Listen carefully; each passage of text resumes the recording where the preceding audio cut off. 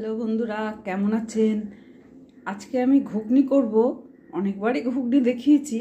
আমরা বেশিরভাগ ঘুগনি কেউ চিংড়ি মাছ, কেউ মাংস, বিভিন্ন উপায়ে করে। আমি বেশিরভাগ নিরামিষই করি। আমরা একটু মাছ মাংস খাই ঠিকই, কিন্তু বয়স হয়ে গেছে তো আগের তুলনায় একটু কমই খাই। বেশিরভাগ নিরামিষ তৈরি করার চেষ্টা করি। পেঁয়াজ রসুন দেই, কিন্তু মাছ মাংসটা একটু কমই ব্যবহার করি। এই ঘুগনির ডাল ওভারনাইট ভিজিয়ে রেখে এই যে গুঁড়ো গুঁড়ো দেখা যাচ্ছে, জলের মধ্যে গোলমরিচ দিয়েছি, আর এখানে 2 কোয়া রসুন, একটা পেঁয়াজ, নুন, হলুদ আর এই ধনের গুঁড়ো, এগুলো দেবো। তেল দেবো, দিয়ে এটা সেদ্ধ করব। জিরে আর ধনের পাউডার ভেজে নিয়েছি, তেল গরম করেছি। এবার তেজপাতা, শুকনো লঙ্কা আর এই মৌরি, জিরে আর এই ডালচিনি, লবঙ্গ, এই এলাচ থেতো করেছি, এগুলো সব ফোড়নে দেবো।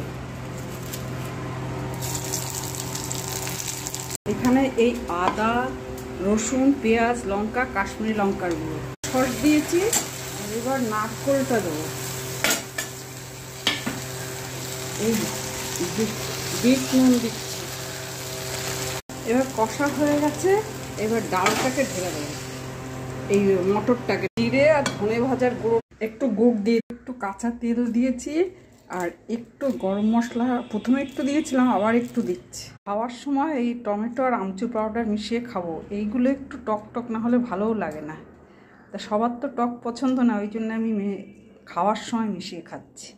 অল্প একটু দিয়েছি, কিন্তু বেশি টক অনেকেই তো পছন্দ করে না, সেই জন্য আমি খাওয়ার সময় মাখিয়ে খাচ্ছি।